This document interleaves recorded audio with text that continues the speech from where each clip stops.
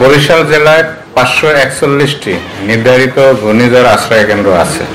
আমরা সেগুলো প্রস্তুত করছি, পাশাপাশি অন্যান্য শিক্ষা প্রতিষ্ঠান সহ বিভিন্ন প্রতিষ্ঠানেও জরুরি প্রয়োজনে আশ্রয় কেন্দ্র হিসাবে ব্যবহার করা যাবে সেই প্রস্তুতিও আমাদের আছে।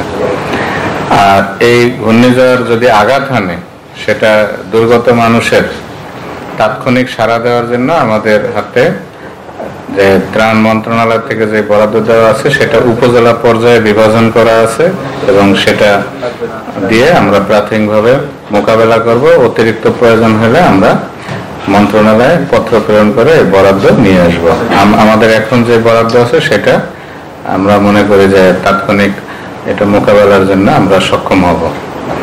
তো আমাদের আজকে জেলা দুর্যোগ ব্যবস্থাপনা কমিটির সভা থেকে সকল বিভাগ যারা এই দুর্যোগে সাড়া দেওয়ার ক্ষেত্রে প্রাথমিক এবং গুরুত্বপূর্ণ ভূমিকা যেসব বিভাগের আছে তাদের দপ্তর প্রধানদের অনুরোধ করেছি তারা তাদের সর্বাত্মক প্রস্তুতি গ্রহণ করে, পাশাপাশি উপজেলা দুর্যোগ ব্যবস্থাপনা কমিটির সভা করে উপজেলা পর্যায়ে করণীয় কাজগুলো বাস্তবায়নের জন্য উপজেলা নির্বাহী অফিসারদেরও অনুরোধ করা হয়েছে। তারা আজকেই সভা করে তারা এই বিষয়ে প্রয়োজনীয় প্রস্তুতি গ্রহণ করবে। পাশাপাশি আমাদের ইউনিয়ন পরিষদ, পৌরসভা, সিটি কর্পোরেশন সহ স্থানীয় সরকার প্রতিষ্ঠানগুলো তারা দুর্যোগের ক্ষেত্রে সবচেয়ে গুরুত্বপূর্ণ ভূমিকা পালন করে এবং আমাদের স্বেচ্ছাসেবী যেসব ইয়াসের রেড ক্রিসেন্ট, সিপিপি, আমাদের এনজিও, তারপরে আছেন স্কাউটের সেই দলগুলো আমাদের প্রস্তুত করা হচ্ছে যাতে আমরা বার্তা পেলেই তাৎক্ষণিকভাবে মানুষকে সেই বার্তা পৌঁছে দিতে পারি এবং তাদেরকে নিরাপদ আশ্রয়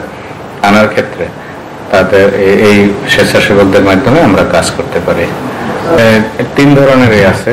অর্থ সহায়তা আছে, আমরা সম্প্রতি 5 লক্ষ টাকা বরাদ্দ পেয়েছি, সেটা আমাদের মজুদ আছে, উপজেলা পর্যায়ে আমরা দিয়েছি। আর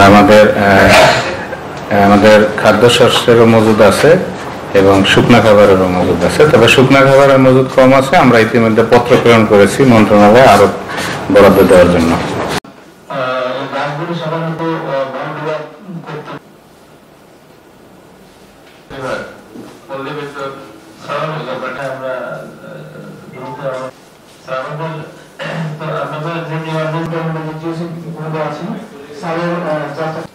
সবসময় আমাদের এনজিও গুলো আছে,